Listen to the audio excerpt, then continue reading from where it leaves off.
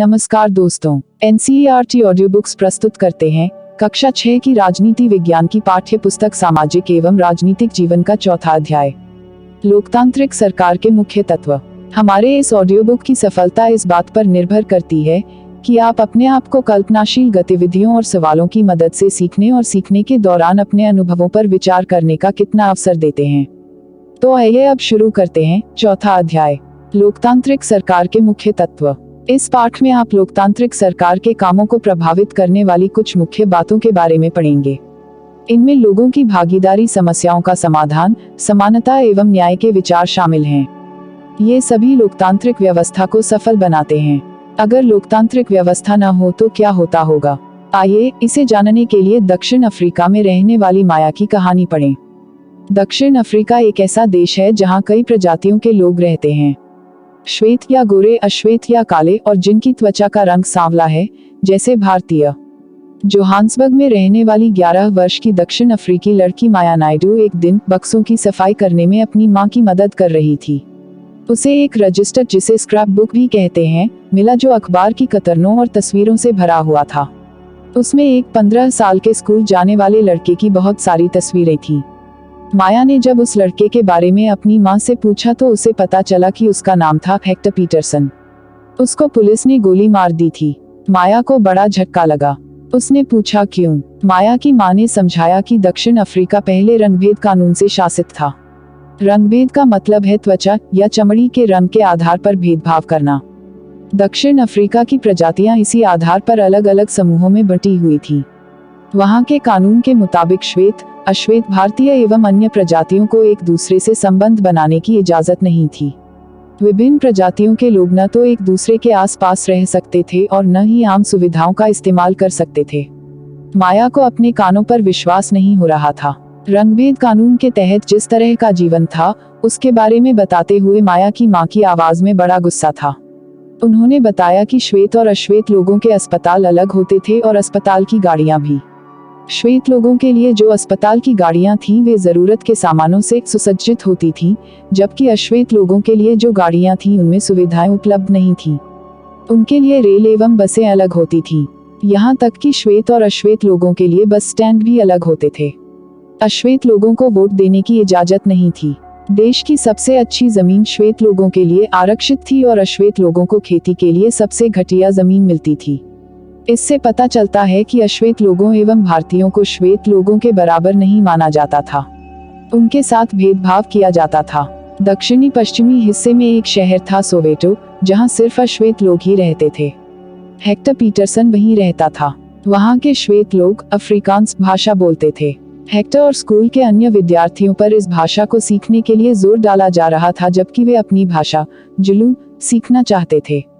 Hector अपने सहपाठियों के साथ मिलकर अफ्रीकांस सीखने का विरोध कर रहा था। दक्षिण अफ्रीका की पुलिस ने विरोध करने वाले इन लोगों को बड़ी बेरहमी से पीटा और भीड़ पर गोलियां बरसाईं।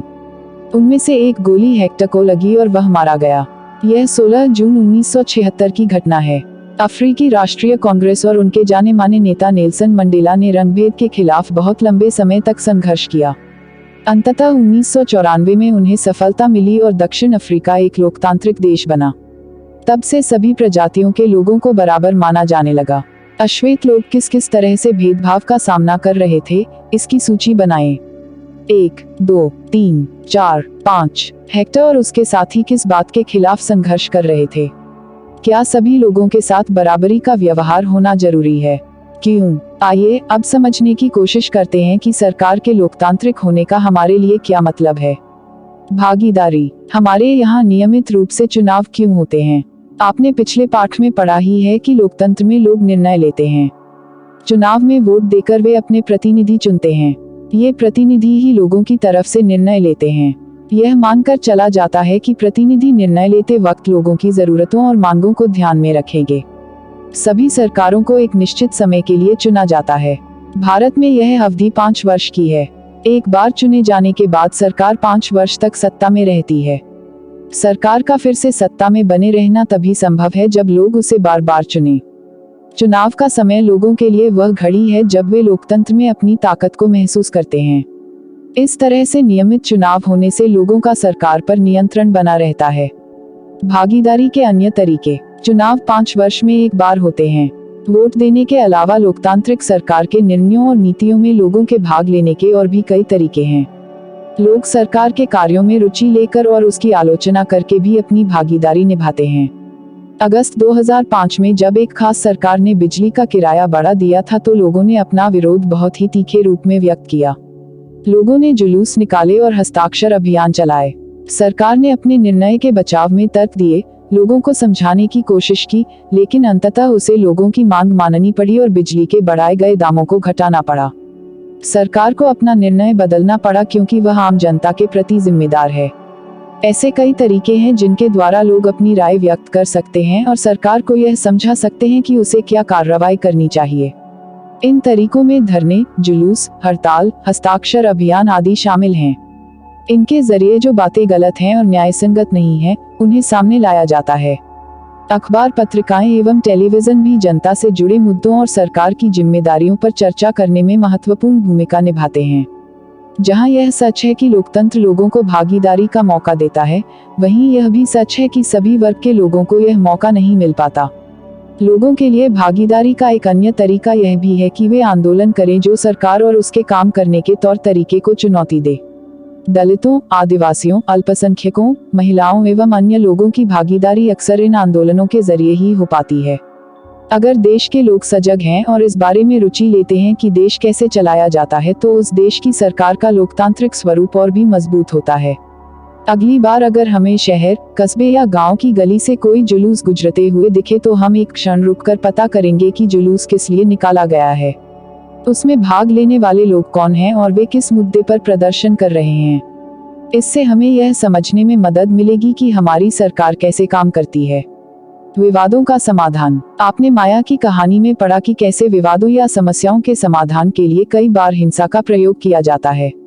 ऐसा इसलिए होता है कि एक समूह यह मान लेता है कि दूसरे समूह को विरोध करने से रोकने के लिए बल का इस्तेमाल करना उचित है। माया की कहानी को दोबारा पढ़िए। क्या आपको लगता है कि पुलिस द्वारा की गई हेक्टर की हत्या को रोका जा सकता था? कैसे? विवाद तब उभरता है जब विभिन्न संस्कृतियों, धर्मों, क्षेत्रों और आर्थिक पृष्ठभूमियों के लोग एक दूसरे के साथ तालमेल नहीं बिठा पाते। ऐसा तब भी होता है जब कुछ लोगों को लगता है कि उनके साथ भेदभाव किया जा रहा है। लोग अपने विवादों को खत्म करने के लिए हिंसात्मक तरीके भी अपनाते हैं, जिससे अन्य लोगों में भय और असुरक्षा की भावना फैलती है। सरकार की यह जिम्मेदारी होती है कि वह विवादों का समाधान करे। आइए अपने समाज के कुछ विवादों के बारे में पढ़ें और यह समझें कि सरकार इनके समाधान में क्या भूमिका निभाती है। धार्मिक जुलूस और उत्सव कई बार समस्या का कारण बनते हैं। उदाहरण के लिए, धार्मिक जुलूस किस रास्ते पर निकले, यही कई बार विवाद का कारण बन जाता है। कई बार हिंसा भड़कने का खतरा रहता है। कभी कभी जुलूस के लोग उत्तेजित हो जाते हैं। कभी लोग जुलूस पर पत्थर फेंकने या उसे रोकने की कोशिश कर सकते हैं।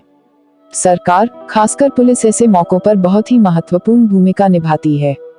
पुलिस की जिम्मेदारी यह सुनिश्चित करने की होती है कि आपस में टकराव की स्थिति न पैदा हो, हिंसा न भड़के। वह सभी पक्षों को एक जगह बिठाकर बात करवाती है ताकि विवाद का समाधान निकल सके। भारतीय संविधान में बुनियादी नियम और कानून दिए गए हैं। ये कानून सरकार और लोगों के लिए हैं। सबको इनको मानना पड़ता है।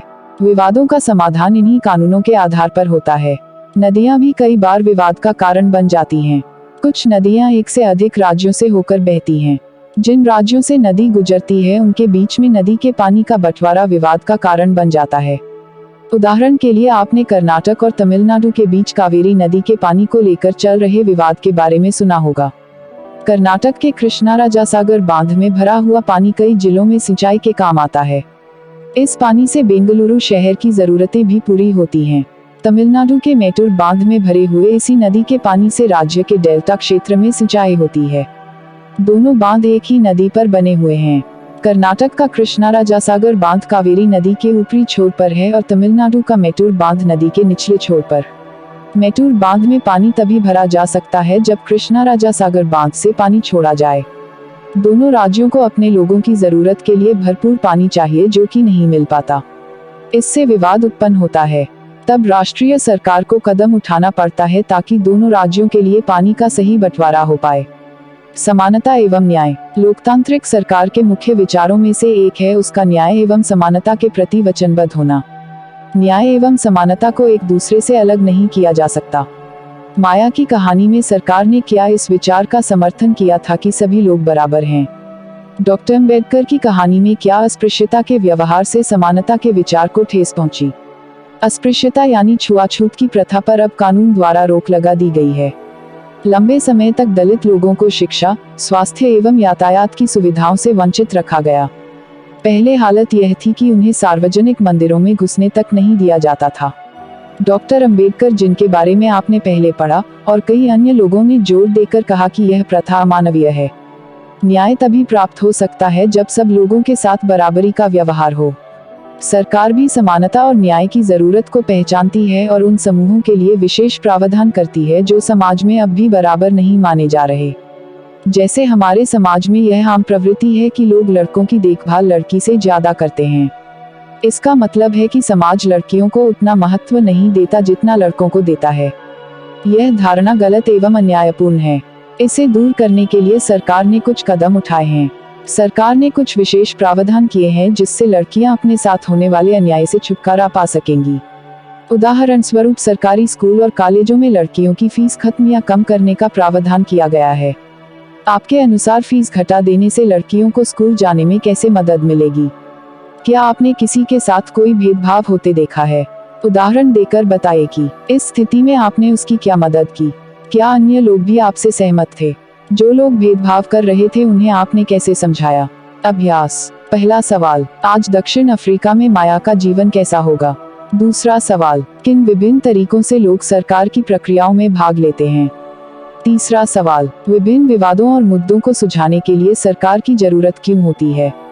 चौथा सवाल, सभी लोगों के साथ समानता का व्यवहार हो, इसे सुनिश्चित करने के लिए सरकार क्या कदम उठाती है? पांचवा सवाल, पाठ को एक बार और पढ़कर लोकतांत्रिक सरकार के मुख्य तत्वों की एक सूची बनाएं। उदाहरण के लिए, सभी लोग बराबर हैं। अगर हमारी ये ऑडियो बुक आपको पसंद आ रही है तो आप इस ऑडियो बुक को उन्हें भी शेयर करें जिसको इसकी जरूरत है, जिससे वो भी इसका लाभ उठा सकें। आपने इस ऑडियो बुक को ध्यान से सुना, उसके लिए आपका धन्यवाद। अब हम आपसे मिलेंगे इसी पाठ्यपुस्तक के 5वें अध्याय में, जिसका नाम है पंचायती राज। तब तक के लिए खुश रहिए, मस्त रहिए और खूब मन लगाकर पढ़ाई कीजिए। जय हिंद, जय भारत।